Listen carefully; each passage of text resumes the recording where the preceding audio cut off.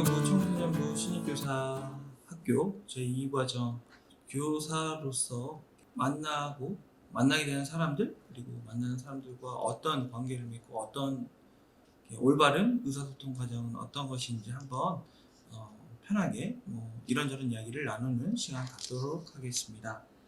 우리 선생님들께서 교리교사로서 교회와 함께 하고 계신데요. 그 함께하는 것 가운데서 우리가 단순히 교사로서 학생들, 청소년들만 만나는 것이 아니라 생각보다 다양한 사람들과 만남을 갖게 됩니다. 그 만남을 갖게 될 때 조금 우리가 갖고 있는 역할에 이렇게 따라서 이렇게 만나는 사람들과의 관계도 여러 가지 달라지는 것 같아요. 그런 것들을 좀 더 생각해보는 시간을 갖도록 하겠습니다. 오늘날 제가 이제 양성교육 준비하고 또 많은 시민들과 이야기하다 보면 오늘날 정말 소통하는 방법에 대해서 좀 서로 편하게 이야기했으면 좋겠다라는 이야기를 많이 합니다.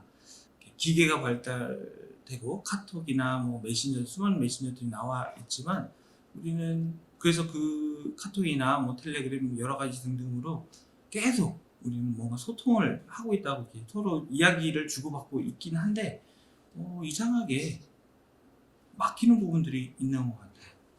그런 부분들에 대해서 교황님이 이런 말씀을 예전에 하신 게 있어서 한번 나눠보고자 합니다. 교황님은 이렇게 말씀하셨어요. SNS는 사람들이 쉽게 관계를 맺을 수 있게 도와주고 또 사회의 공동선을 증진시켜 주지만 한편으로는 개인과 집단의 양극화와 분열을 더욱 악화시키기도 합니다. 라고 말씀하셨고요. 또 이어서 빠르게 발전하는 디지털 환경의 이점을 그저 누리기만 하는 것으로는 부족합니다. 디지털 세상은 그저 단순히 이어져 있는 네트워크에 불과한 것이 아니라 사람과 사람 사이에 맺어진 관계망이며 그 관계는 진정한 만남으로 거듭나야 합니다. 선생님들도 수많은 소통을 SNS 상에서 많이 하는데요. 거기서 많은 오해를 주고받은 적 있지 않으세요? 그럼 왜 SNS상에서 이런 어려움들이 있을까? 정말 제대로 소통하지 못하기 때문이 아닐까라는 생각을 해봅니다. 그래서 이것을 좀 더 생각해 볼 필요가 있어요. 정말 내가 올바로 소통하고자 할 때 내가 가장 필요한 자세가 있습니다. 그 자세가 뭐냐면 나를 알고 상대방을 아는 것에서 출발하는 것 같아요. 그럼 내가 도대체 누구냐? 내가 누구로서 그 사람과 만나고 있느냐를 한번 생각해 볼 필요가 있을 것 같습니다. 여러분들은 다 교리교사이죠.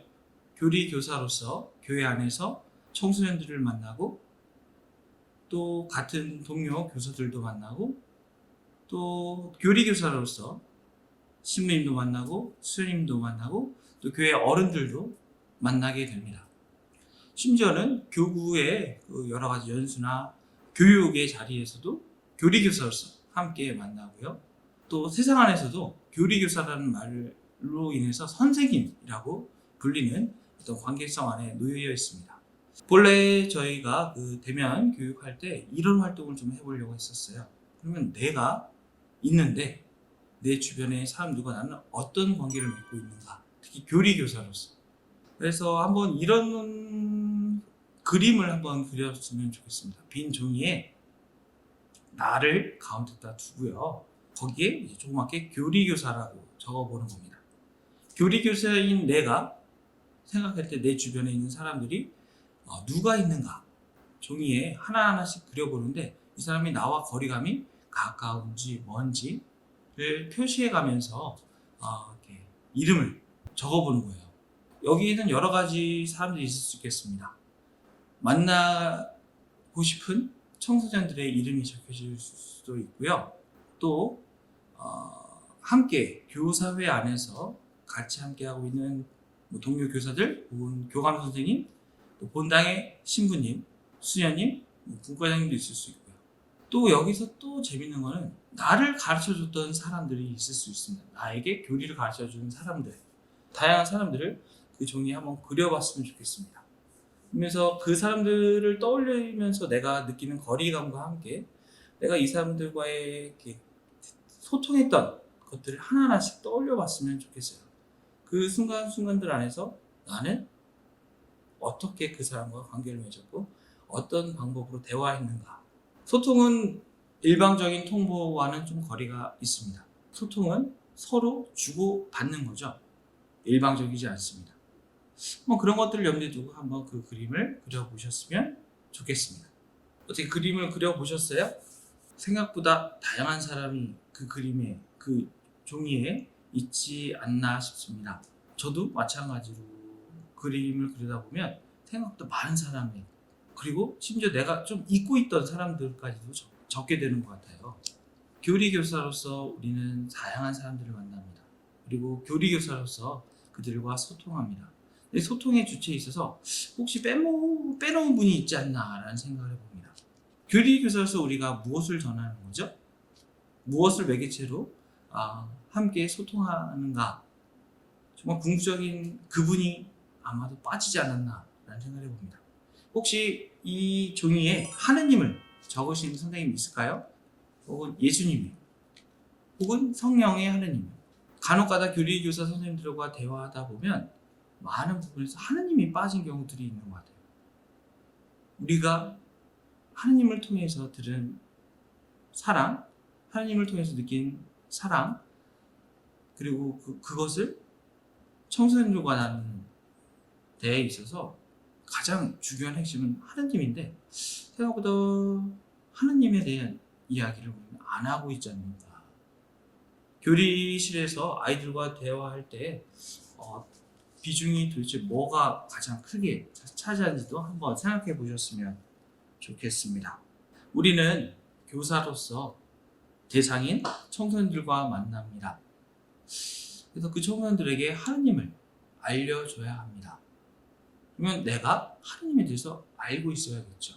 교리 교사는 결국 하느님을 전하고 하느님을 믿는다는 신앙 고백을 일으키는 사람이 교리 교사입니다. 물론 선생님들 중에는 우리 매주 청소년들 만나서 그 친구들과 함께 지내는 것도 참 좋은데 그것까지 하는 건 너무 버겁고 어려운 일이에요 라고 얘기할지도 모르겠는데 정말 우리에게 정말 소중한 거는, 가장 중요한 거는 하나님을 알려주고 하나님을 믿게 하고 함께 하나님의 제자가 돼서 살아가는 길을 가게끔 해주는 게 우리 교리 교육의 가장 큰 몫이 아닌가 싶어요. 그래서 우리의 소통도 하나님이 빠지면 안 됩니다. 그래서 교황님은 이런 이야기를 하셨습니다. 소통하는 데 있어서 대상은 우리 신앙인들에게 있어서는 이웃일 수밖에 없는 것 같아요.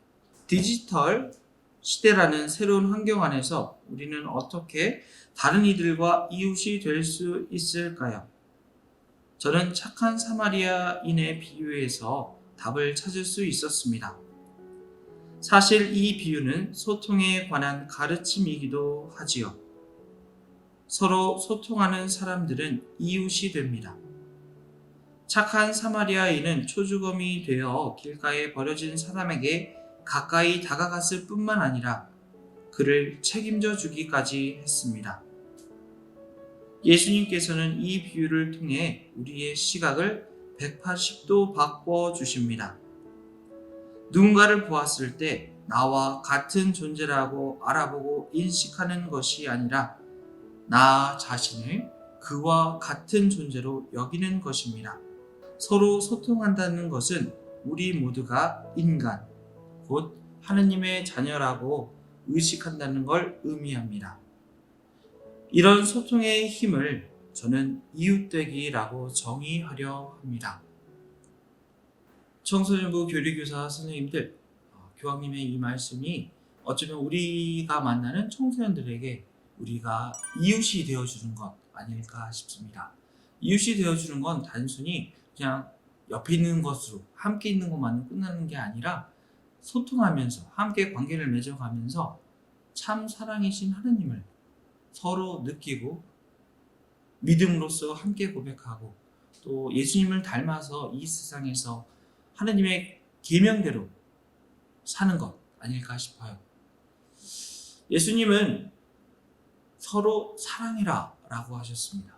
사랑하는 것이 당신이 알려주신 계명을 지키는 것이고, 사랑하는 것을 통해서, 우리가 함께 사랑하는 것을 통해서 세상 사람들이 저 사람은 하느님을 믿는 사람이다 라는 걸 알아볼 수 있게 될 거다 라고도 하셨었어요. 그래서 부탁드립니다. 소통하는 데 있어서 여러 가지 방법도 있어요. 사회 안에서 자기계발서 안에서는 여러 가지 경청하고 이렇게 잘 들어줘야 되고 이해해야 되고, 그다음에 섣불리 내 감정을 이야기하고 여러 가지 나의 이해와 상대방의 이해가 다를 수밖에 없다는 거 알아두고 여러 가지 소통을 위한 준비들을 이야기 많이 하는데요.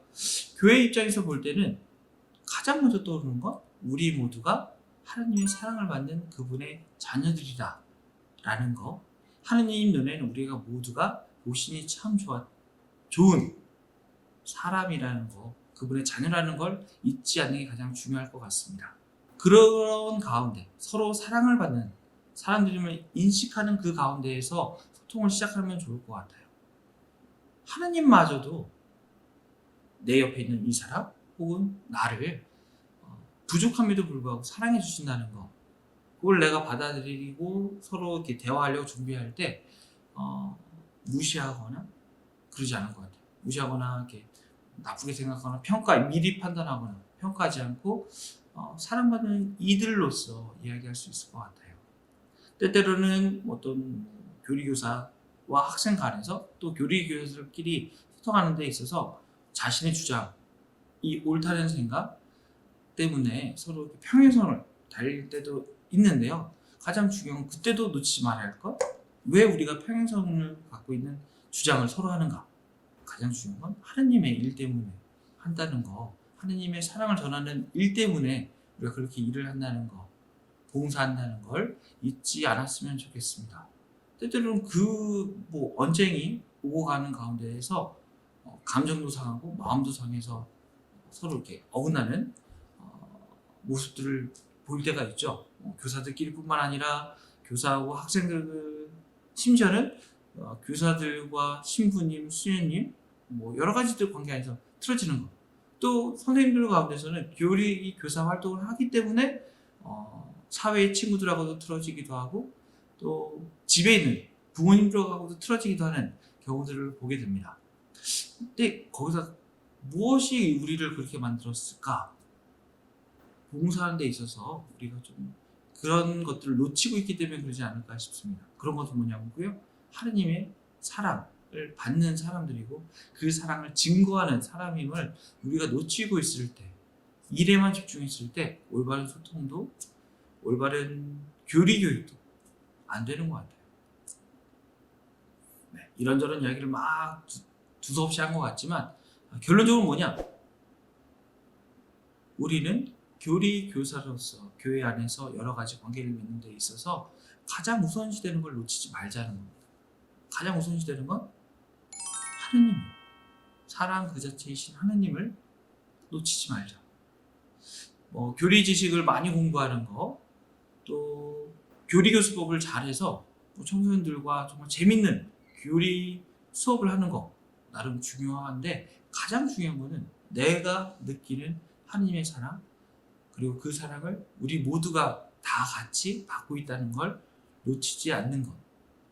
그게 우리 안에, 교회 안에서 올바르게 소통하는 가장 큰 방법이 아닌가 싶어요. 정말 하나님의 사랑 안에서 도 함께 지내고 있는 청소년부 선생님들, 로서 아까 이제 작업 하나 한 거 있죠? 그 작업한 사람들을 생각하면서 기도하는 시간들을 좀 가져보면 어떨까 싶습니다. 코로나 사태로 거기 내가 작업했던 종이에 여러 사람들이 있는데 그 사람들을 지향해주고 기도하는 것들을 좀 했으면 좋겠어요. 그래서 때때로 할 수 있다면 그 사람들을 위한 화살 기도를 좀 노트에 적어서 간직해보는 것도 하나의 좋은 방법이지 않을까 싶습니다. 왜냐면 머리로 생각하는 건 휙 사라져버리기 때문에 그래요. 한번 적어보고 그 사람을 위해서 짧은 기도문들을 만들어 보는 건 어떨까? 아니면 그게 어렵다면 그 사람들 이름을 하나하나씩 적어놓고 우리가 밤 9시마다 하는 기도 있죠. 주보경 함께하면서 남국의 평화를 빌 때 그분들을 지향해 두고 기도하는 것도 나쁘지 않을 것 같습니다. 교회 안에서 의사소통은 가장 중요한 원칙 하나, 하나님의 사랑입니다. 이것을 잊고 지낼 때 우리는 서로에게 날카로워지고 서로를 판단하기도 하고 서로를 적대시하는, 심지어 적대시까지 하는 경우까지 가는 것 같아요. 교회 안에서 봉사하는 교리교사 여러분, 가장 중요한 건 하나님이 사랑이시다라는 것을 우리 공동체가 고백하고 전할 수 있어야 될 것 같습니다. 이 코로나로 인해서 이런 비대면 교육을 할 수밖에 없는 이 상황 속에서도 우리는 하나님이 사랑이시다라고 함께 고백했으면 좋겠습니다. 오늘은 여기까지요.